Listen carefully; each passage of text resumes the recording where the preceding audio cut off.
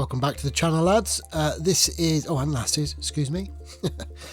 This is, as you can see, is ICM's 1/35 scale Model T. This is the RNAS, armoured car.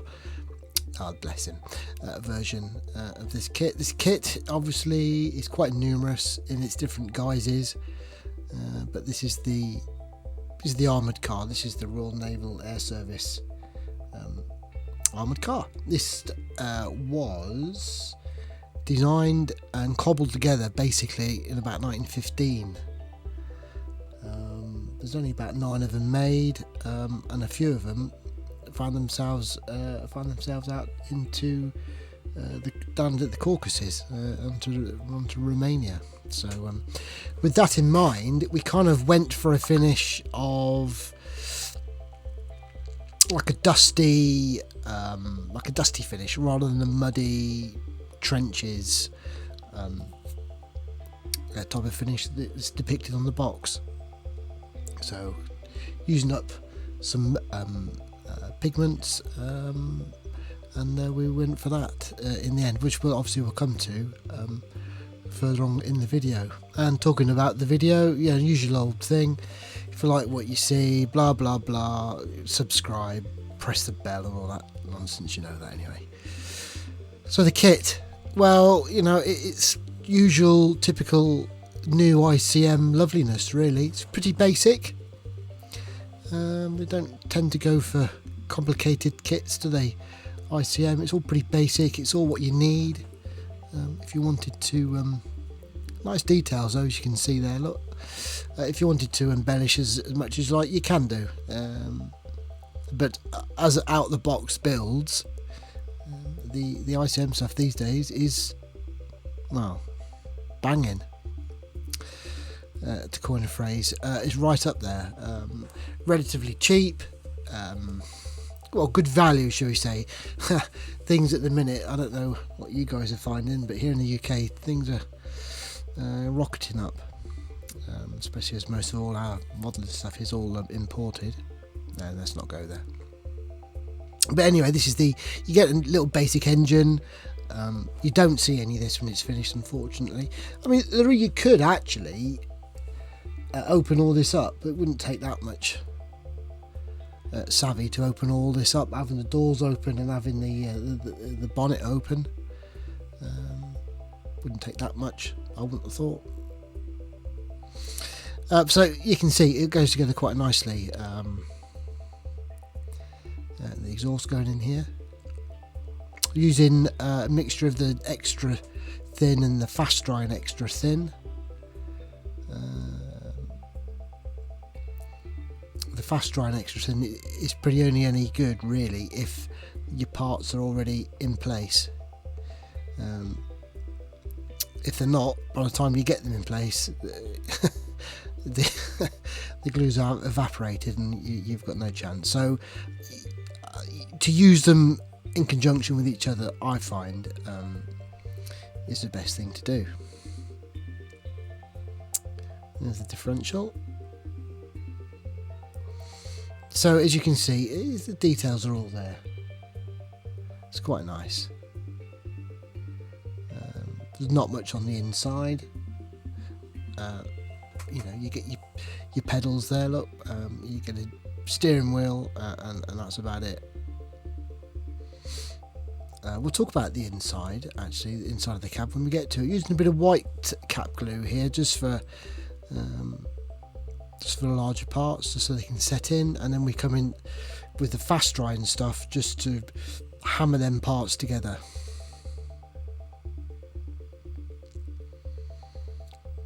This is part of a series of builds I'm doing for my own benefit, really. I'm just getting into armour building. I've recently finished a Tamiya Valentine, so then I thought we might as well to get something a little bit different. Keep building tanks all the time. So this is why I chose the this ICM Model T. Just something pretty basic to build. Just to get my eye in on the weathering and all the rest of it, because it is different from building an aircraft, obviously. There's no propeller to worry about on this one.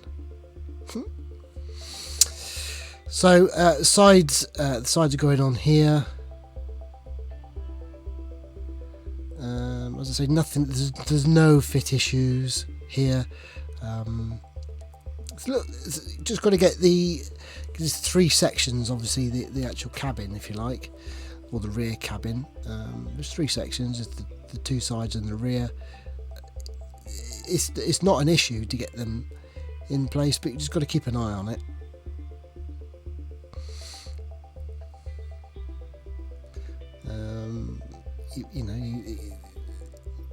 Steering control there, look. So what we've done for a bit of a difference, we're going to go with that you can see there, Mr. Servicing finisher, I'll get it right in a minute. But we for the insert of the cab, here we go. Look, this is the white.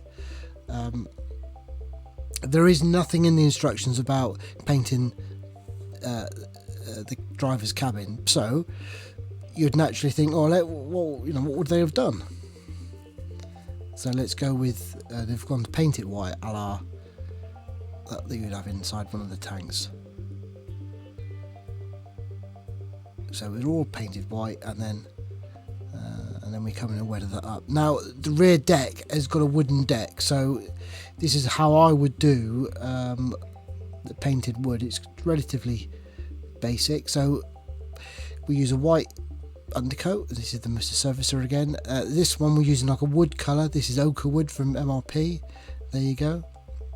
Beautiful paint. It goes down absolutely a dream.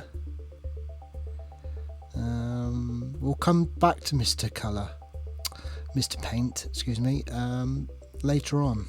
But this colour actually goes down an absolute delightful. It's a shame to actually you could have left it as is, to be honest. You possibly could have got away with it, but try and make it a bit more authentic.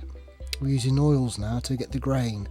So on that piece of card there, you can see the 3 different woods, 3 different browns, and the only one that really worked for me was the Abtalung wash brown, which is the one I'm using.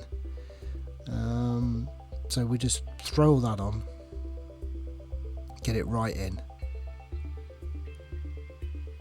As you can see, that's going right in there. Don't worry about it too much. And then you just drag it off, basically. This is a stiff fan brush, cheap old thing, a set from like a pound shop of the range, I think it was, in the UK. You see it's cheap because it keeps leaving bristles all the time, so you just rub that in, rub it down, up and down to get your grain. And that really, again, you could get away with just that, but for the finishing touch we're using clear yellow here. You could use clear orange. Classically you'd use clear orange, but because this is like an external, I've gone with the clear yellow. The orange would give you a much deeper, richer finish, but we didn't want that. So we've gone with the yellow. It gives it almost looks like oak, doesn't it? Nice finish. And I've done a little strip in the back of the flatbed, for want of a better word there. Look, I did actually think that was like a painted strip of to cover the axle, but I don't think it actually is. So weathering the inside of the cab, I'm using the streaking brusher, oil brusher from MIG. I don't know what colour this is, I can't remember. It doesn't really matter. So we're just dotting it around. I did this on all 4 sides, 5 sides even. 1, 2, 3, 4, 5. And then you just rub all this in like this. It's never going to be seen. This is purely for my own benefit. Just to get me into the swing of using oils, using the streaking, the streaking brusher, excuse me, or the oil brusher, and just to dirty up the internals. It looks a bit of a mess, I must admit, but keep on rubbing. It doesn't make for good footage, I'm afraid.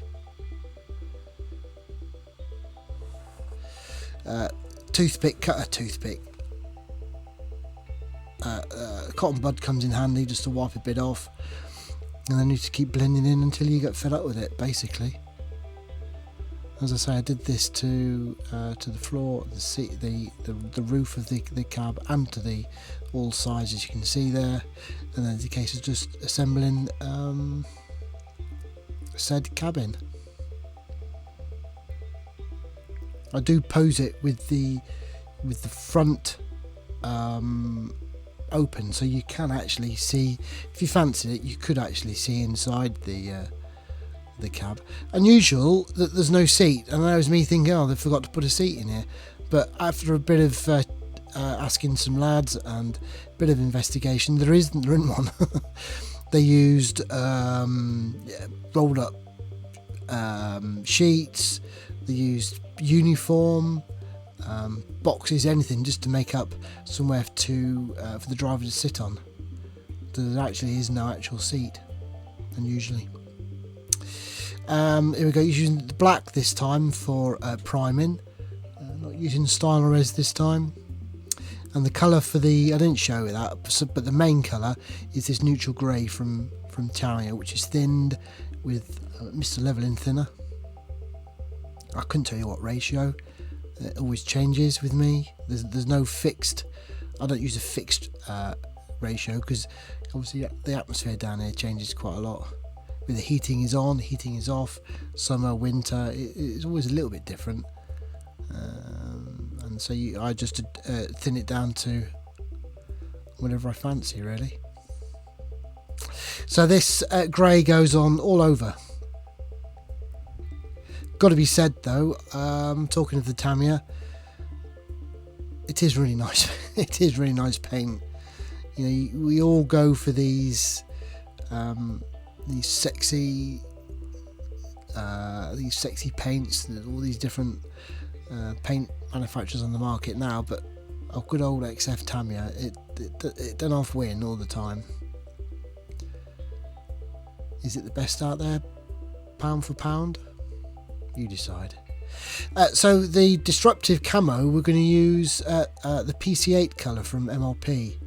If you think about it, you know, you're in the Royal Naval Reserve, you've got what you're going to do to camo up this Model T that you've cobbled together. Oh no, let's use a bit of this paint line we've got lying around that we use in the aircraft. So that was my reckoning. Now I said earlier about that ochre wood being a beautiful paint to use. This colour, even though it's very similar, bloody awful. I don't think I had no end of trouble. I don't think it was not enough pigment in the actual paint. I changed the pressures, even watered it down. Did it go down horribly? Bloody awful. But clean the airbrush twice, I think. In the end, I got it going down as best as I could, and I think it was the paint. I don't think it was me. It normally would be me, but it just felt like there was not enough actual pigment in the paint. This is all, as you can see, this is all hand camo. You see the pattern there. It's like a little trick I use with aeroplanes sometimes. You draw on the camo and just basically colour in a bit like colouring in, isn't it? You can see that it didn't go down particularly brilliant. To even out that difference, I'm using a tested dull coat, which is like a lacquer matte coat. But can you see the right hand side to the left hand side where it's evened out that finish? Beautiful. Doesn't take it matte, but it just gives that lovely satin sheen. I'm just putting on the lenses for the glassware there. Look, that is the only glassware on the vehicle. Wheels are going on. I had trouble with the wheels as well. I couldn't quite get that white wall tyre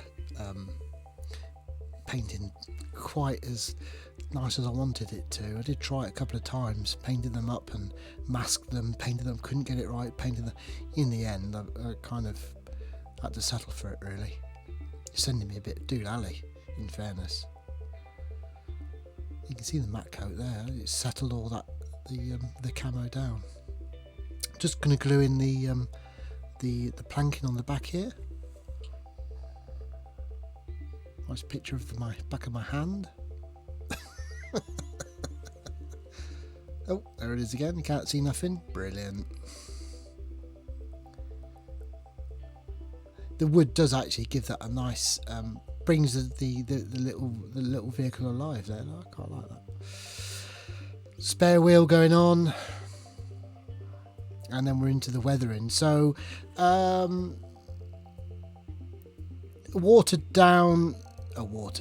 thinned down wash brown again. This is the same Abdullah wash brown I used for the planking effect or the wood effect. This is thinned down obviously with some thinners. This is the AK odorless thinner, and then you just go around just dropping it on any raised detail, and then a bit heavy here on the back. I got it a bit too thick, and then you leave it a couple of minutes and then you come back in and then try and tidy up as best you can. Don't, like I said earlier on in the video, I don't want it overly weathered. They're just more dusty than anything, so this is just purely just to highlight the detail.